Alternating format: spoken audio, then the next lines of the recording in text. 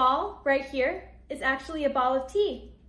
And today I'm going to explain to you what exactly is Mandarin pu'er tea and how do you brew it.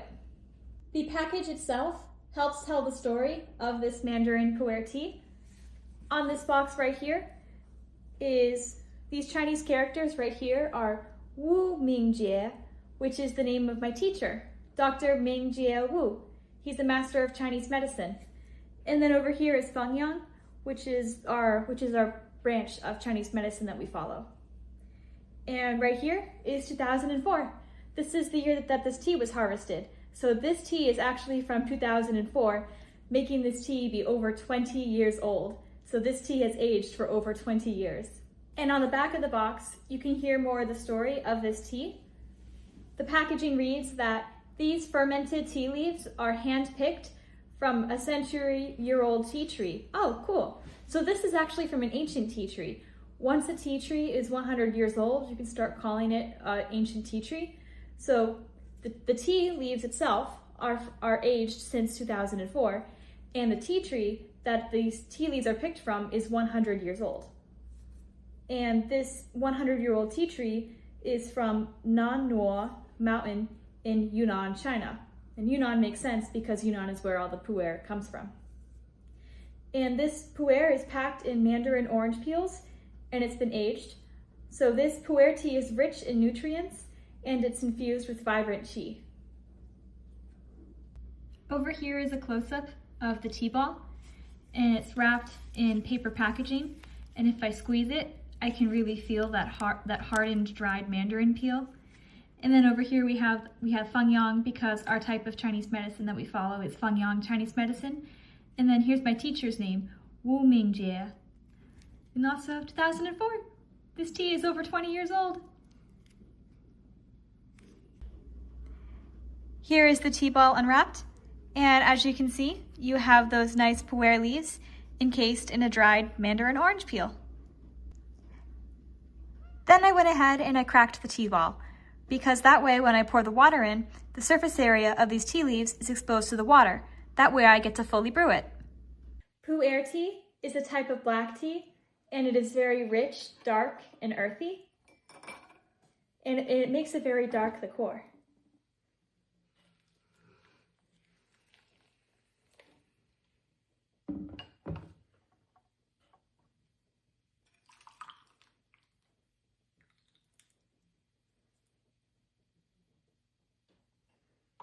And sometimes people will toss out the first flush and they'll give it to their tea pet. Giving my tea pet a bath.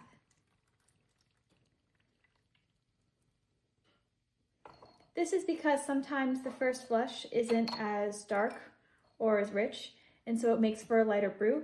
And if people don't want to drink that, then you can give it to your tea pet. I personally tend to alternate between giving the first flushes to my tea pet or just drinking it myself so that I get to know what it tastes like.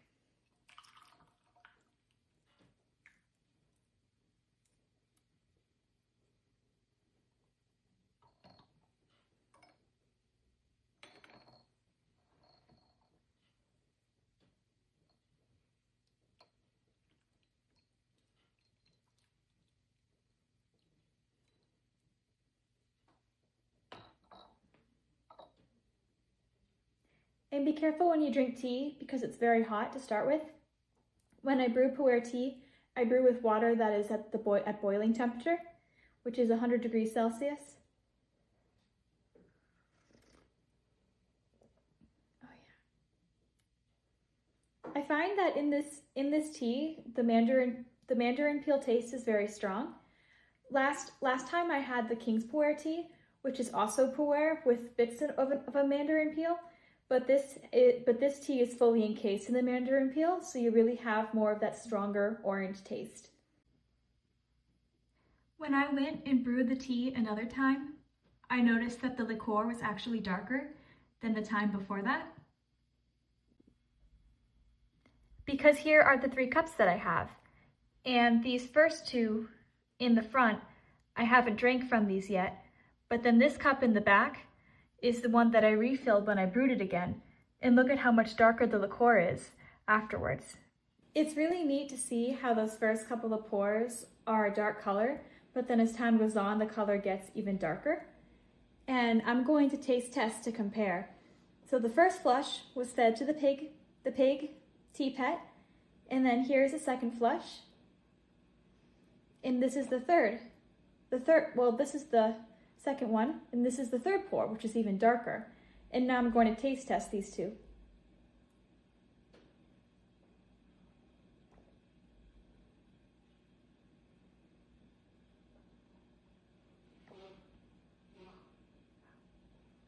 I actually taste more of the orange in this one, and then I taste more of the pu'er in this one.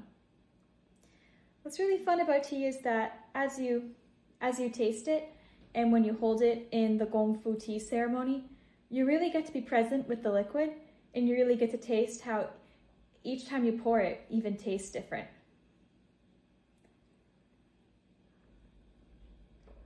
This is lighter.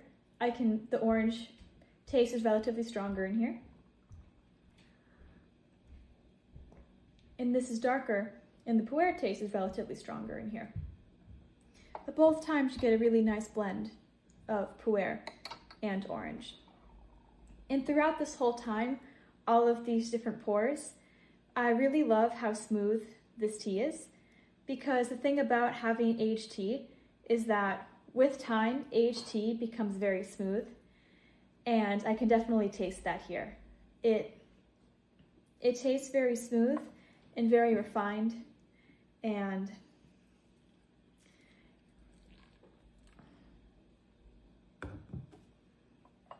I wonder what this flush is going to be like, what this pour is going to be like. Oh, and I forgot to put the steeper in here, the strainer. So I noticed that here, these pu'er leaves are on the smaller side, so I don't use the strainer all the time, but when I use the strainer here, it makes a bigger difference because when I am pouring out of the gaiwan, more of the leaves will kind of fall through and into the tea. So I forgot to put the strainer in, so I accidentally caught some tea leaves in here, but they're harmless. What's really neat about aged tea is that with age, the caffeine content breaks down over time. So aged tea has less caffeine, and then whatever caffeine hits your system actually feels smoother and less jittery. And then, I know I keep saying this, but the texture of the tea just feels really smooth. Like all teas that are aged have a smoother texture due to age, but I just really notice the smooth texture. I think between the aged and then also having the orange peel, it just somehow I just really notice this smoothness.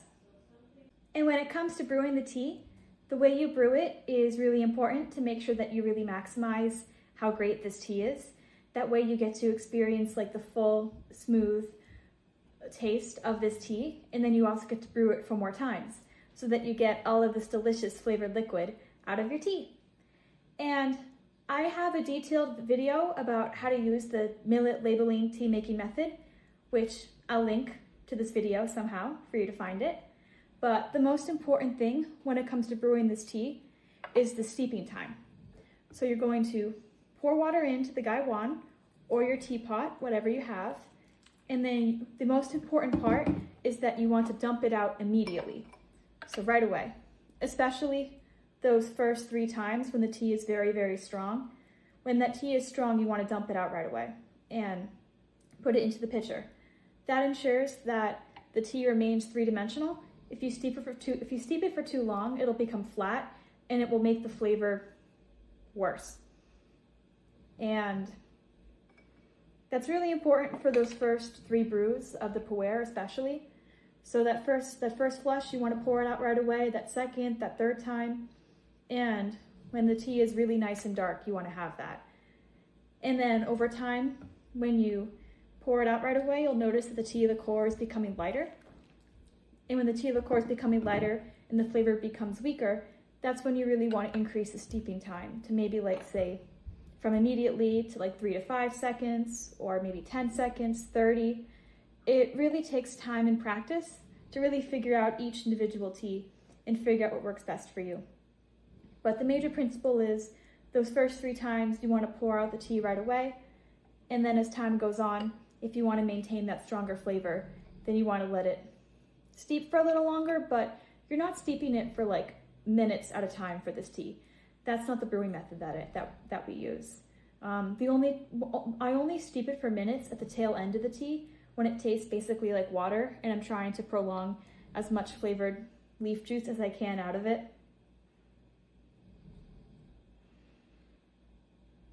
I'd say that pu'er and orange peel really pair well together.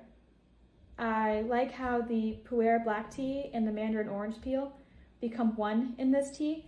I don't need to grab a separate orange peel to put it into a pu'er. It already comes together.